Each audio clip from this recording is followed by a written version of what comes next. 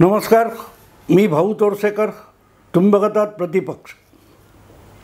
मित्रांनो, नॅरेटिव्ह कथा पुराण या मालिकेचा हा दुसरा अध्याय आहे. यामध्ये नॅरेटिव्ह कसा निर्माण केला जातो आधुनिक काळामध्ये त्याचं सविस्तर वर्णन मी ह्या एपिसोडमध्ये तुम्हाला सांगणार आहे. आणि त्याचं कारण सरळ आहे. भाजपचं आजचं नेतृत्व स्वतःच अशा फेक नॅरेटिव्हमध्ये फसलेलं आहे. लोकसभेतल्या पराभवाचं आपल्या कार्यकर्त्यांसमोर विश्लेषण करताना आणि उहापोह करताना आणि आपल्या पाठीराख्यांना धीर देताना खुद्द उपमुख्यमंत्री आणि महाराष्ट्रातल्या भाजपचे सर्वोच्च नेते ज्यांना मानलं जातं त्या देवेंद्र फडणवीसांनीच हा फेक नॅरेटिव्हचा प्रभाव आहे असं सांगून टाकलेलं आहे. आणि म्हणून मला असं वाटतं की फडणवीसांनाच नॅरेटिव्ह म्हणजे काय हे समजावणं आता अगत्याचं झालेलं आहे. कार्यकर्त्यांचं सोडून द्या, पण नॅरेटिव्ह कुठून सुरू होतो? अगदी आत्ताची ताजी घटना सांगतो. काल परवाची घटना आहे, खूप लांबची नाही आहे. लोकसभा निवडणुकीच्या मतमोजणीला 4 जूनला प्रारंभ झाला. देशभरच्या 543 जागांची जी काय मतमोजणी होती त्यापैकीच एक होता वायव्य मुंबई मतदारसंघ, जिथे माजी खासदार गजानन कीर्तीकर यांचे सुपुत्र हे महाविकास आघाडी आणि उद्धव ठाकरे यांची शिवसेना याचे उमेदवार म्हणून उभे होते. त्यांचं नाव अमोल कीर्तीकर. त्यांच्या विरोधात उद्धव ठाकरे यांच्याकडूनच अगदी अलीकडच्या काळात पक्षांतर करून शिंदे गटामध्ये आलेले, शिंदे यांच्या शिवसेनेत आलेले रवींद्र वायकर यांना महायुतीचं उमेदवार करण्यात आलं होतं. आणि 2018च्या निवडणुकीत सर्वात कमी मतांनी निवडून आलेला खासदार म्हणून रवींद्र वायकर यांच्याकडे बोट दाखवलं गेलेलं आहे.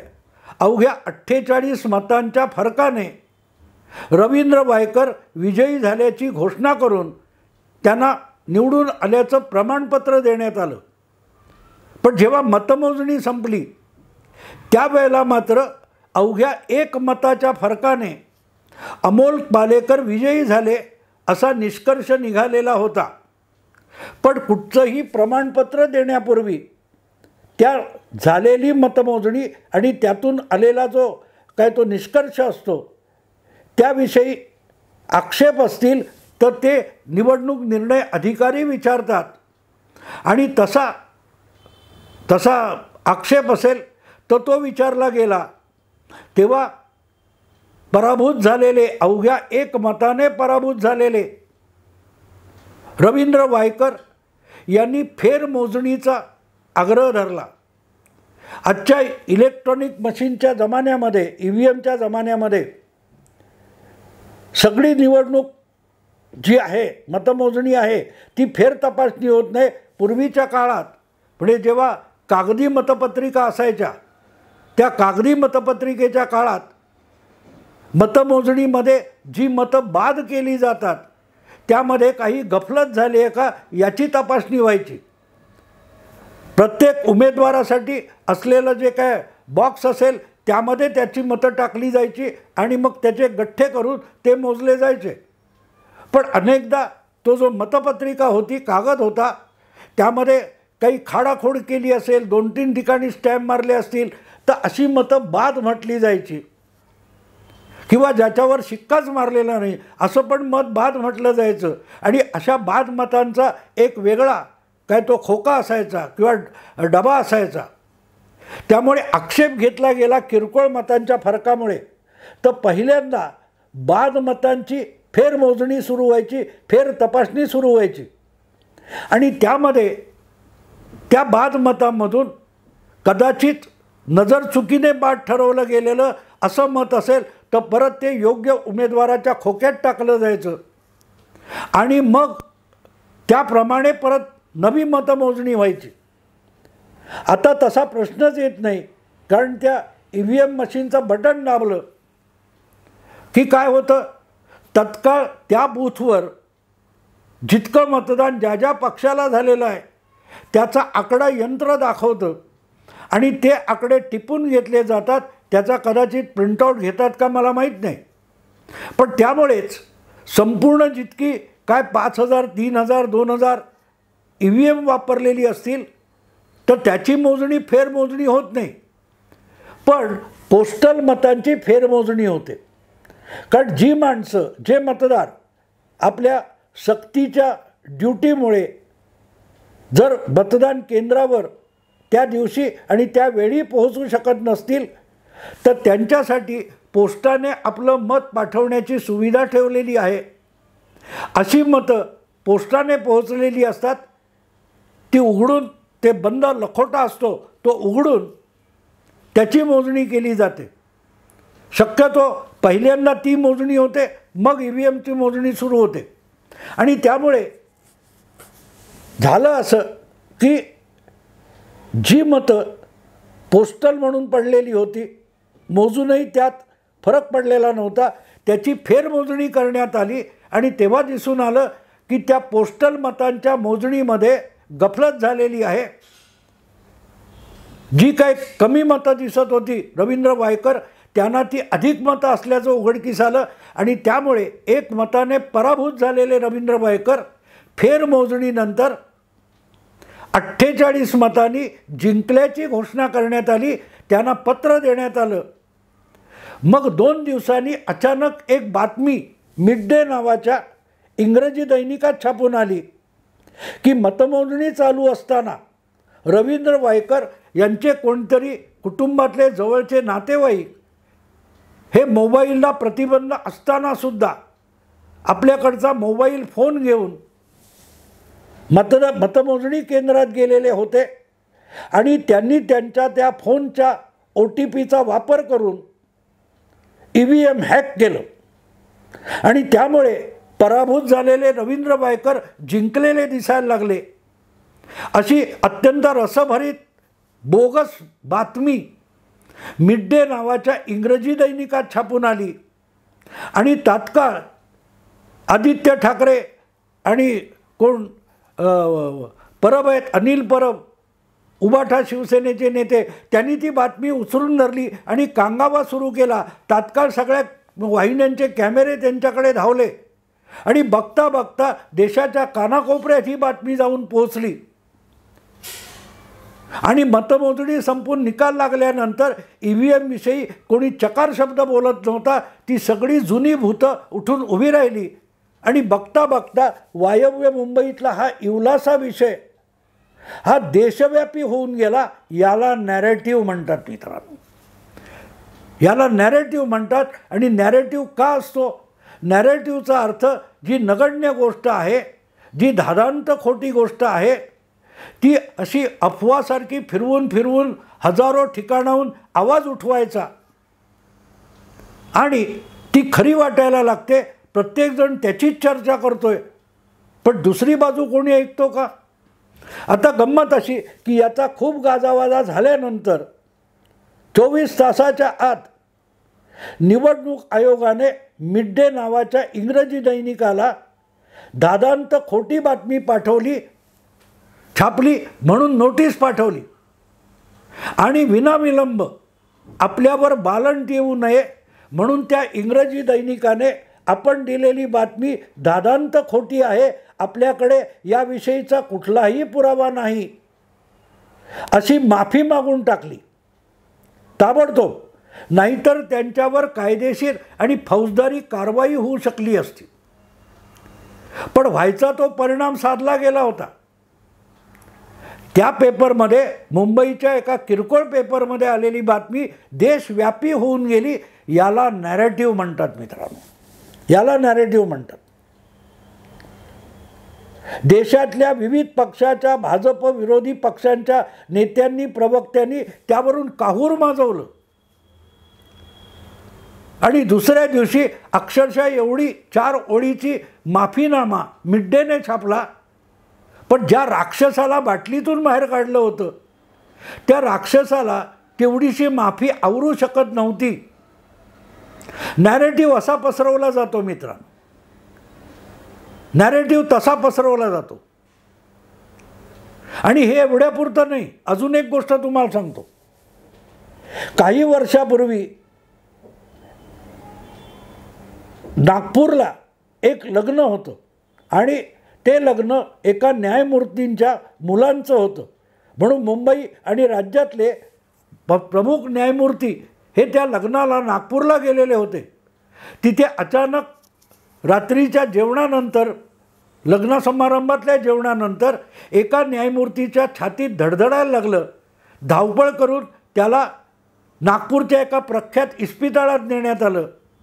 त्याच्यावर तातडीने उपचार करण्यात आले. आणि हे सगळे उपचार चालू असताना मुंबई हायकोर्टाचे तत्कालीन मुख्य न्यायमूर्ती हे सुद्धा तिथे हजर होते. हे सगळं झाल्यानंतर त्या न्यायमूर्तीचा देहांत झाला. त्याचा मृतदेह त्याच्या मूळ गावी लातूरला पाठवण्यात आला. ही सगळी होऊन गेलेली घटना होती. 1 वर्षानंतर अचानक त्या मृत्यूचं प्रकरण उकरून काढण्यात आलं आणि हा मृत्यू नाही तर हे हत्याकांड आहे, हा खून आहे अशी अवई पिकवणारा एक भयकथेचा, गुन्हा कथेचा, क्राईम पेट्रोल सारख्या कथेचा एक लेख हा कारवान नावाच्या इंग्रजी दैनिकात छापून आला. कारवान नावाचं दैनिक फार मोठं कोणी वाचतंच असं नाही. ठराविक ते सगळे पुरोगामी सेक्युलर मंडळी यांच्या आवडीचं आणि त्यांच्यासारख्याच लोकांनी चालवलेलं असं ते साप्ताहिक काहीतरी आहे का मासिक आहे. त्याच्यामध्ये हा लेख छापून आला आणि बघता बघता इतर छोट्या मोठ्या पुरोगामी दैनिकांनी त्यातला काही हिस्सा वापरून काहूर माजवायला सुरुवात केली.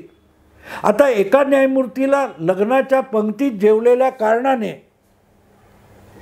जर काही त्रास झाला आणि त्यातून त्याचा इस्पितळात मृत्यू झाला तर एवढा गवगवा 1 वर्षानंतर करण्याचं कारण काय होतं? तात्काळ ती बातमी ही एवढी मोठी का झाली नव्हती?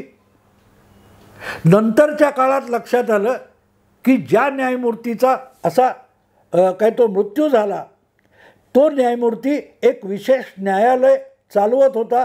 त्या न्यायालयाचा तो मुख्य न्यायमूर्ती होता विशेष न्यायालयाचा.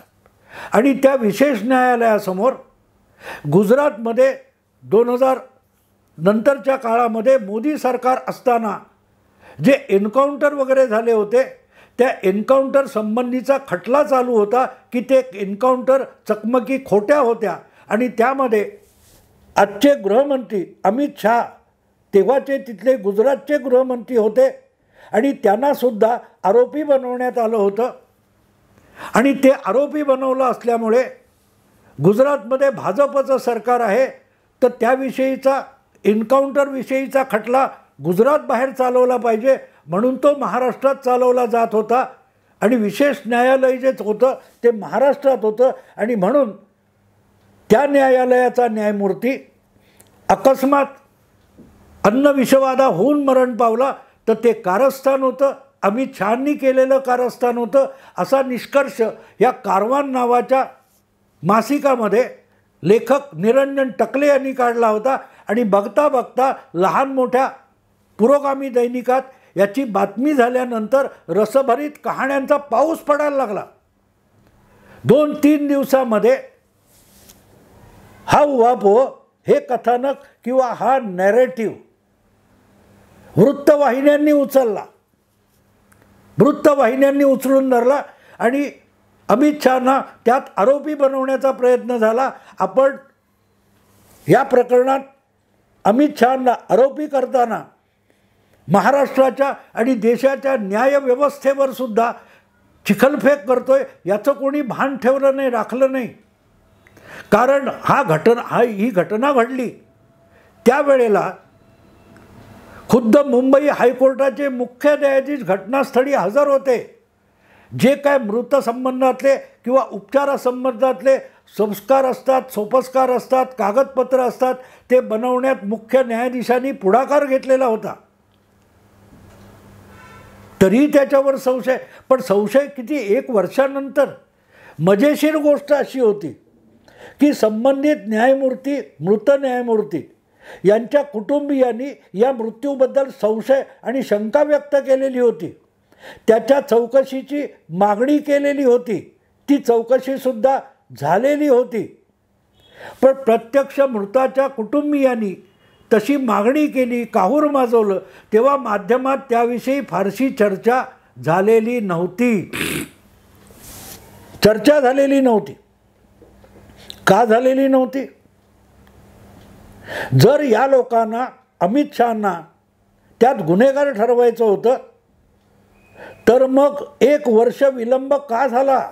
ज्यावेळेला प्रत्यक्ष मृताचे कुटुंबीय चौकशीची मागणी करत होते आणि मृत्यूविषयी संशय व्यक्त करत होते, तेव्हा यापैकी कोणीही पुरोगामी पत्रकार, शोधपत्रकार, विश्लेषक, अभ्यासक, संपादक चिडीचूप होते. त्यांनी तिकडे ढुंकून बघितलं नाही.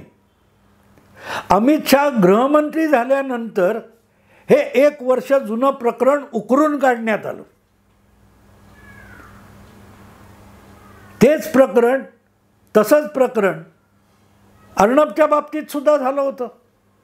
सांगायचा मुद्दा असा असतो की कुठल्या तरी कारवांमध्ये एक खोटी बातमी छापायची, खोटा लेख छापायचा, त्यात वाटेल ती माहिती घुसडायची, वडाची साल पिंपळाला लावायची आणि बघता बघता ते सगळं प्रकरण इतकं वेडं वाकडं करून टाकायचं.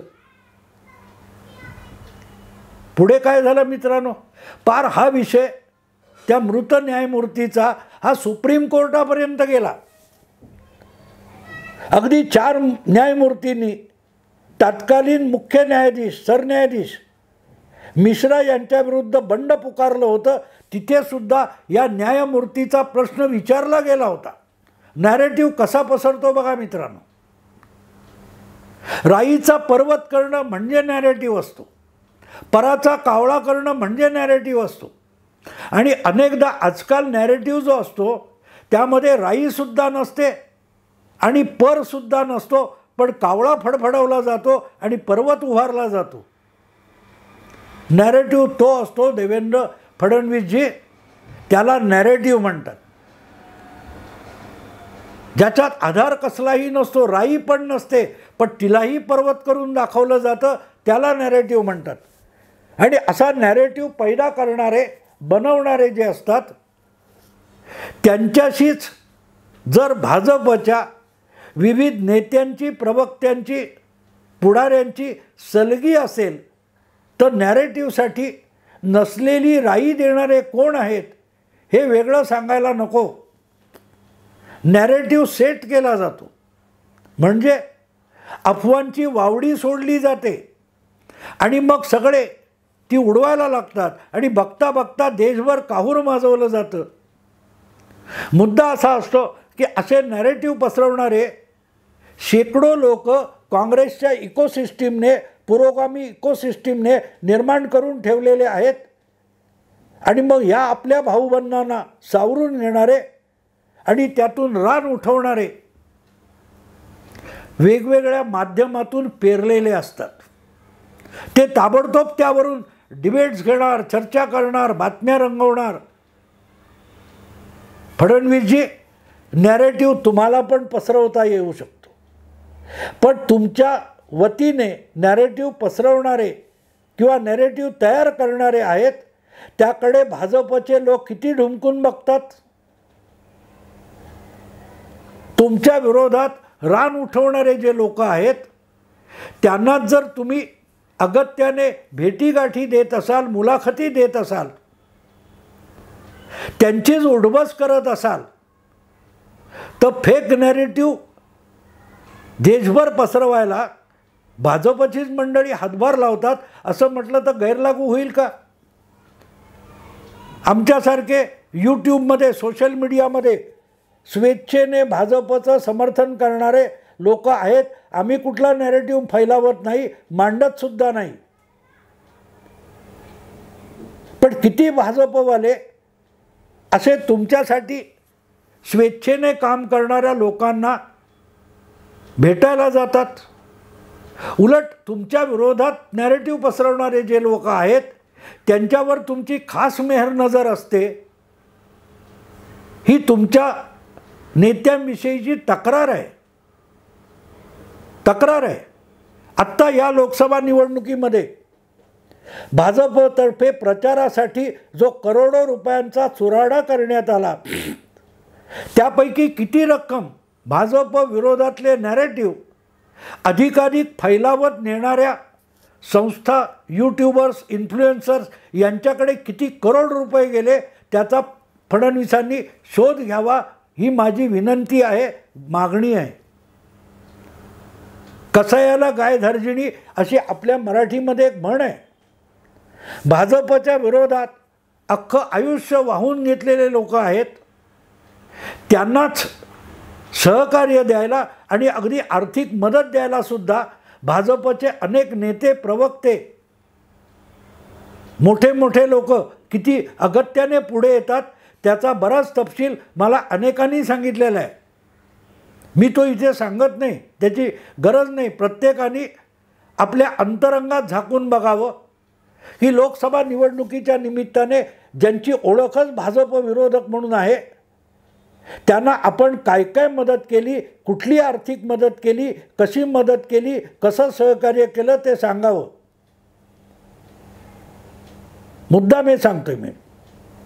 तेव्हा नॅरेटिव्ह तुमच्या कार्यकर्त्यांना सांगू नका, जरा नेत्यांना, तुमच्या कोअर कमिटीला समजवा की आपल्या विरोधातले नॅरेटिव्ह सेट करणारे जे आहेत त्यांच्या पायऱ्या झिजवणं बंद करा. जमलंच तर तुमच्या पाठीशी आपली जी काय ताकद आहे ती घेऊन उभे राहणारे जे लोक आहेत त्यांच्या मदतीला जाण्याचा प्रयत्न करा. मग नॅरेटिव्हचा पराभव करता येईल. कारण तुमच्यासाठी नॅरेटिव्ह तयार करणारे किंवा तो लोकांपर्यंत पोहोचवणारे स्वयंभू अनेक जण आहेत. जरा त्यांच्याकडे मैत्रीपूर्ण भावनेने बघायला लागा. मला त्याची गरज नाही आहे, पण लहान मोठे निदान 50-100 लोक तरी महाराष्ट्रात आहेत, फेसबुक, यूट्यूब वगैरे सोशल मीडियामध्ये.